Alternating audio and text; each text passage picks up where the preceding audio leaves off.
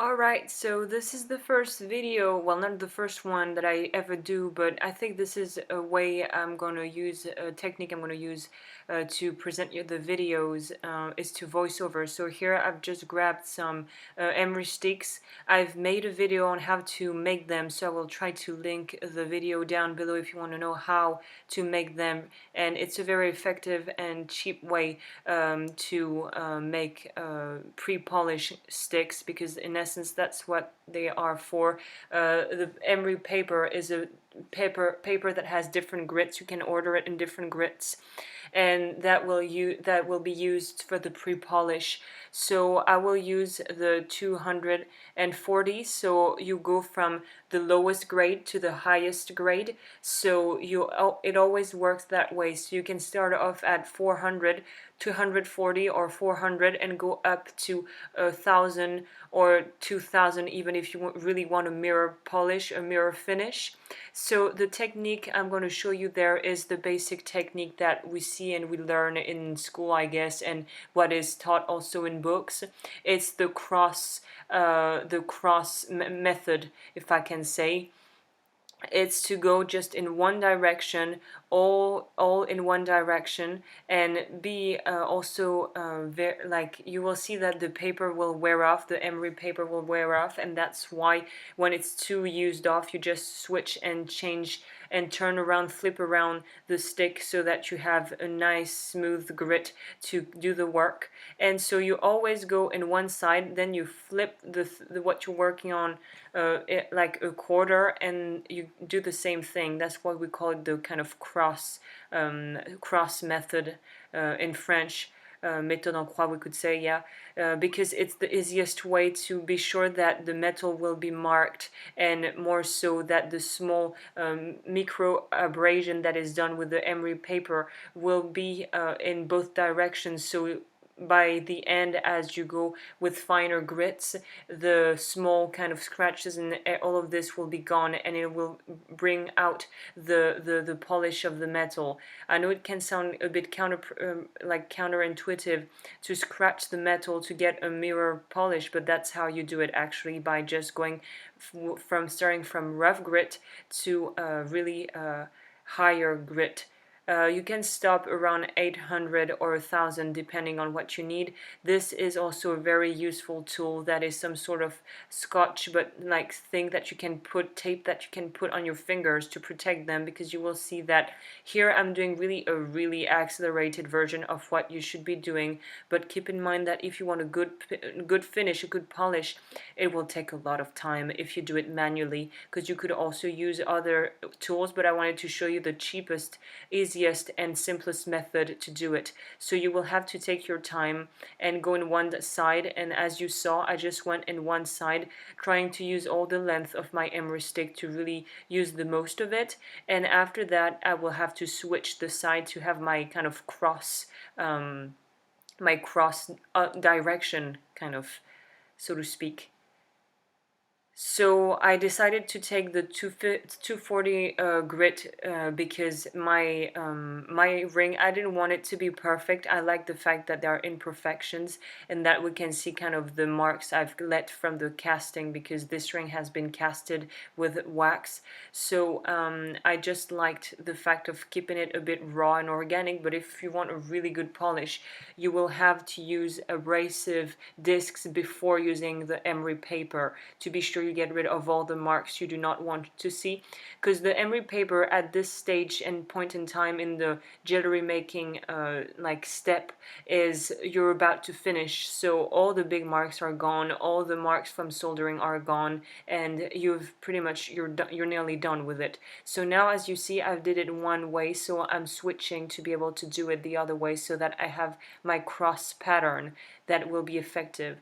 We can already kind of see, I don't know if you can notice on the screen, but it's already starting to shine, and you'll see that as you go to the smoother grit, the thing will start to be literally already super shiny, but we need the polishing paste polishing compound to really accentuate the polishing, because the polishing paste is in essence some fat that is put on an abrasive cotton wheel that will help to smother out the small abrasive, micro abrasive marks we're making, that will make everything super shiny.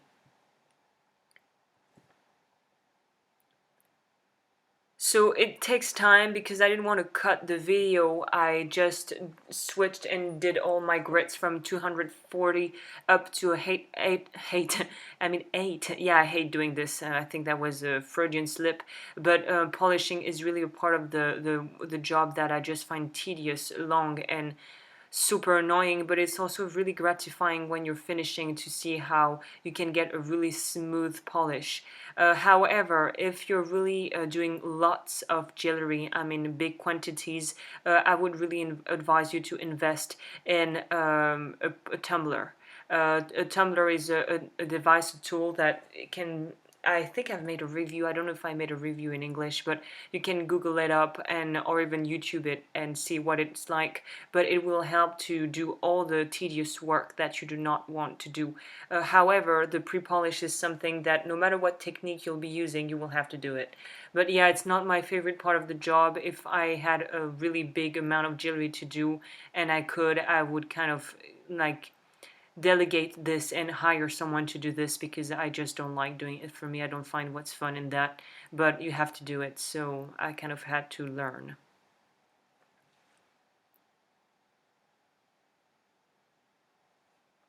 So you don't have the sound, but it's a really peculiar sound, and as I was saying, it will butcher your fingers, because I'm really doing it super fast for the demo, but you would have to take twice as much time as I took there. The other thing that you can use that is a super cheap, effective way to do, especially the inner side of the ring bands, are those things. I have no idea how you call that in English. I get it on a French supplier website.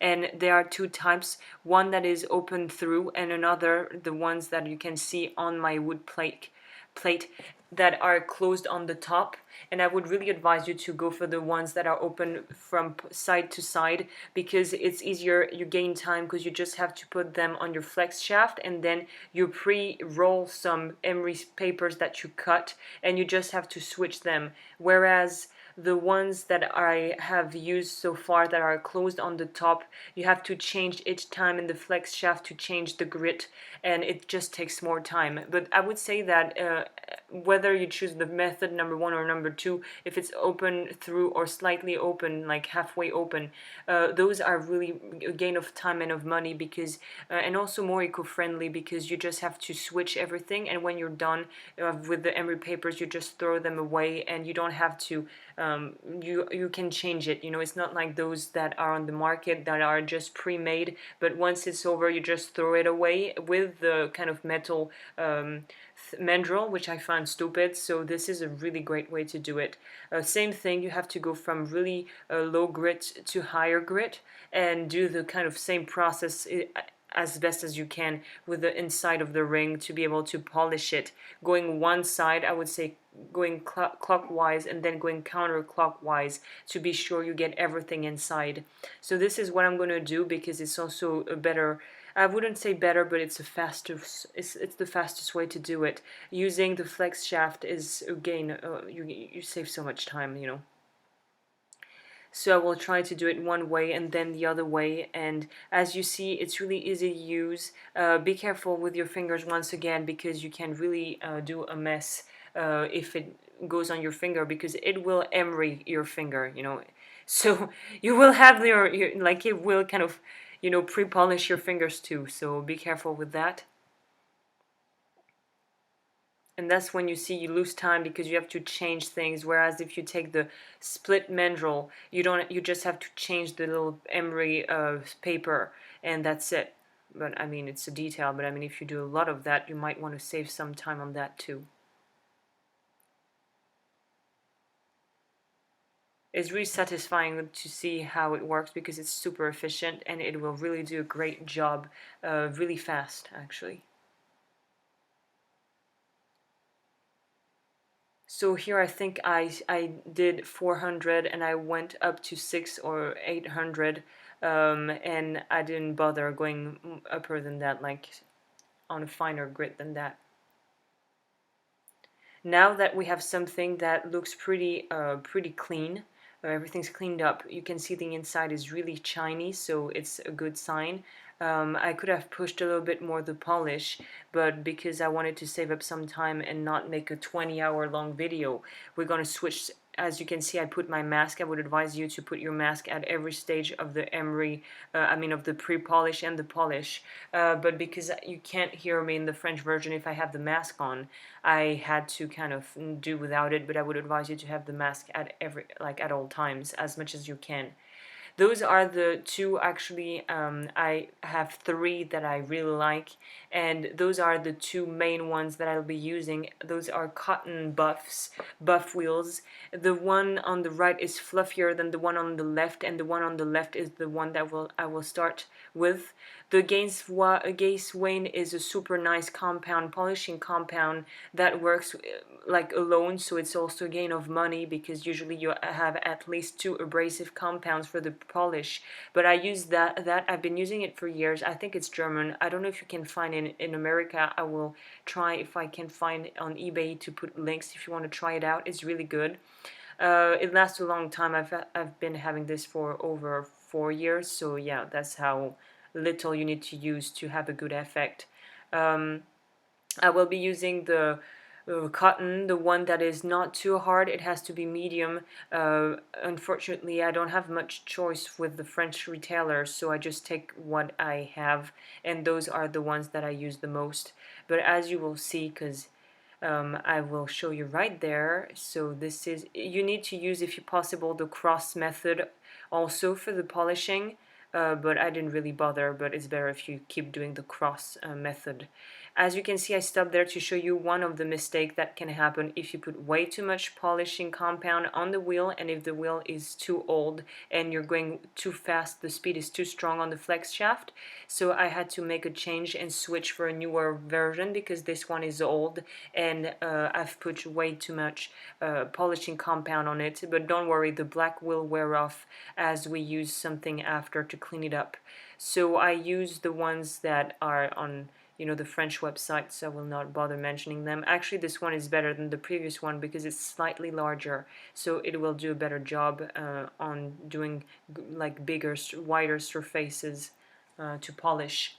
So same thing, here we go again. I take a little bit and then we go for the polishing, and hopefully the horrible black stuff is going to wear off. So once again, I'm going to take my time, but usually you should really take your time and be patient with this. I didn't bother doing the cross method, even though it would have been better if you really want to finish it off well. I'm just a bit lazy, so I just went for the kind of simpler method, let's say. You don't really have to go at a really full speed for that, because remember that I didn't say it, but the metal, especially silver, is a heat convector, so it will heat up super fast, and your fingers will start to burn at some point. That's why I keep it moving, and I try to change the location of my fingers because it gets super hot as you polish it. I didn't mention it too, but for those that might prefer using a rotating, I don't remember, a buff wheel, this thing is another option. You have the tumbler that is good. You also have the rotating wheel that will do a great job for the final polish in really less time, and it's very efficient. So this is another tool that you might want to consider if you do a lot of jewelry to have a good finish. But no matter what you decide, what you choose, pre-polish is the key. If the pre-polish has not been thoroughly made, you will never be able to get a good polish, that's for sure. So here I decided to switch with, did I mention it? I was about to use this, and then I decided to show you the medium buffer wheel that I would use in this situation, and I love those. I don't remember where I bought them, but those are great. They're just an in-between between the hard buff, and the last one that is slightly too fluffy, and I still need to get some work done, so this will be the perfect intermediate step so that I can really have a good polish. As you can see, it loses more particles, so really put a mask when you do this.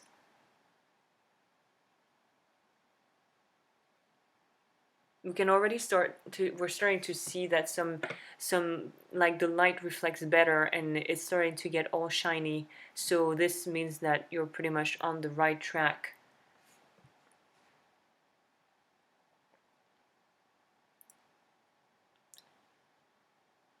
Don't forget to do the inside of the ring.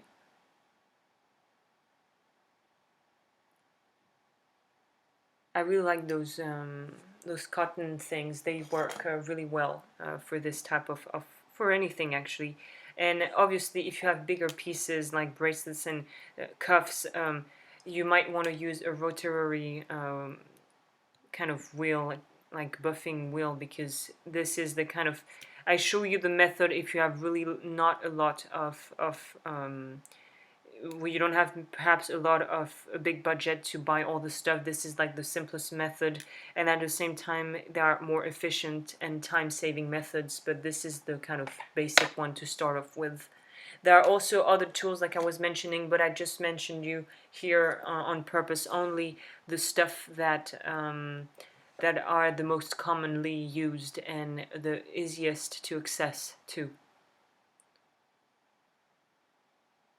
The fluffy one is really to finish. It's really for the last touch-ups, and the thing is that it gets tricky with the fluffy one. The last one is that all the scratches and the horrible marks that have not been dealt with properly will kind of be accentuated with this. So this is kind of the fatal thing, like the break or lose thing. Like if it has not been done well with the last kind of fluffy brush, you will see all the details. So here I'm about to leave you there because I'm gonna have to go and wash it. So with hot water, a little bit of soap, or you know, basic soap, and a really smooth toothbrush to be sure not to rub and to kind of take off the polish. Use a fine toothbrush, and it's important to use mild or hot water because, like I said, the compound is pretty much fat, so you have to have hot water to get rid of it. And for those that already have some tools, equipment, ultrasonic machine will be great for this because it will get rid of everything in the blink of an eye. So this is what I would advise you, and I will come back now to show you a little trick on what you can also use when you have small parts that need to be polished but that cannot be accessed with the fluffy brushes or any of those things. This is another simple method. It's to use cords in cotton and in leather. Preferably use flat surfaces to keep really the polish really nice. You put some compound on it. This is a leather thread that I've used up from an old bag. I actually cut in pieces for that. That's what happens with stuff I don't use. So, and as you can see, you just start scratching and like really going in depth in the little places in corner and bits where you cannot go with the other tools, and this will work just like a charm. I would say that leather is by far the material that works best for that. If you're into the cruelty-free vegan stuff, go for cotton. Cotton works great too. And you can really finish it up and do the final touch up with that. Of course, you have to wash it a last time after. You cannot sell it to your client if there's still a polishing compound on it, but this really does the trick and it makes a really wonderful finish on pieces. So here it is. I think I've mentioned everything, and this is the final result after doing everything and washing everything up. So this is a ring I've made. It's a prototype that I made in with wax, and I made it in sterling silver, and I like the fact that it's organic. That's why I'm not really perfectionist on the polishing, because I like piece to be really unique, so I don't really mind. But if you want a mirror finish, you really have to be super thorough and super precise about the pre-polish, and especially the cross sign movement and way of applying the emery sticks. So I hope that this video was out of service, and I'll see you around for other videos, and I'll see you next time then. Bye!